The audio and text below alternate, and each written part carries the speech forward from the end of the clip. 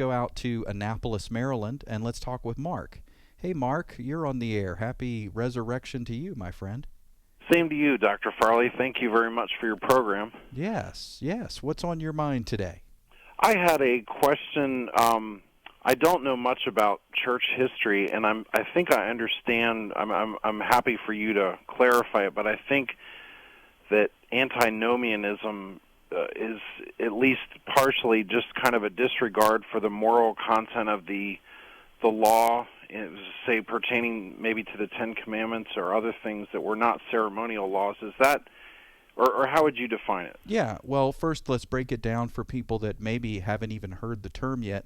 Antinomianism. Anti means against, and then nomian is an ancient word, and it refers to law. In this case, antinomianism was all about the law of Moses. And so antinomianism was the false idea that the law serves no purpose at all for anyone, that the law is in fact evil. There were law haters who tried to argue that Moses was evil, that the actual law itself, all it did was, produce evil because it was evil. And so that is certainly not an accurate position, a scriptural position on the law. So let's talk about that for a minute, because sometimes those of us who preach and teach the grace of God, we get falsely accused of being antinomian. So let me start off by saying the law is not evil, the law is not sinful, but you put me under the law and you're going to see a whole lot of sin. And that's what the Bible teaches in Romans 7. That's why Paul says apart from law, sin is dead. So under the law, sin is alive. Apart from law, sin is dead.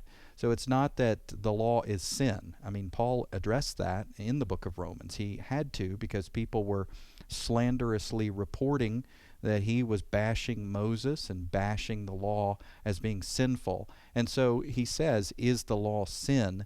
And then he says, certainly not. I would not have come to know the law, come to know sin, were it not for the law. So the law exposes sin, but the law is not sin.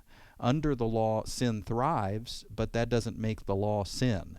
Those are very, very different ideas. So we need to be saying along with Paul, hey, the law is holy, the law is righteous, the law is good.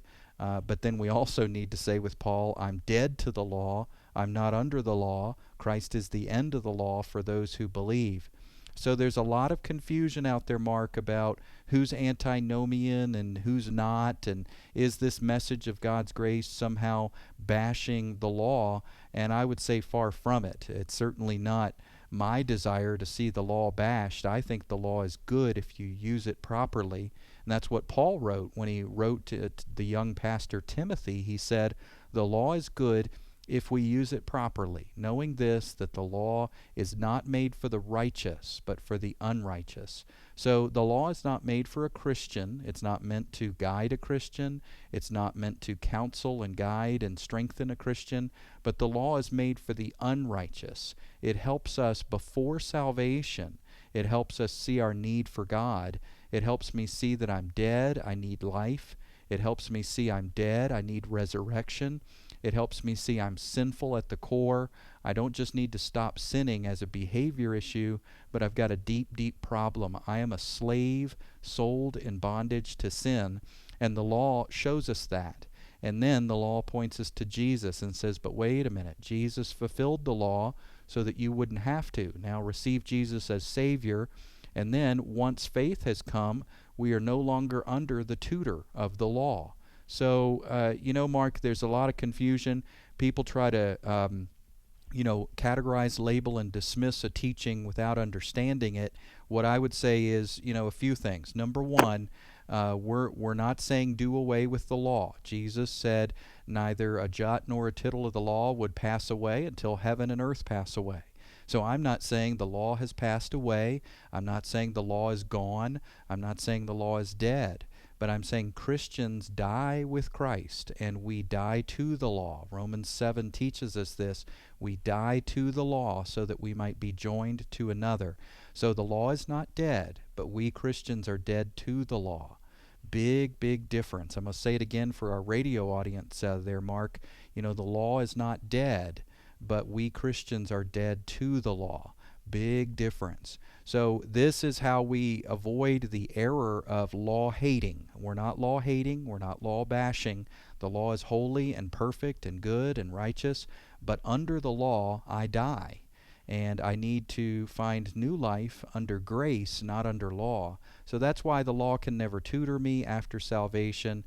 Jesus Christ is my source. He's my strength. He wants to cause me to bear fruit for God. And Romans 7:4 says the only way you can bear fruit for God is to die to the law and be joined to Jesus.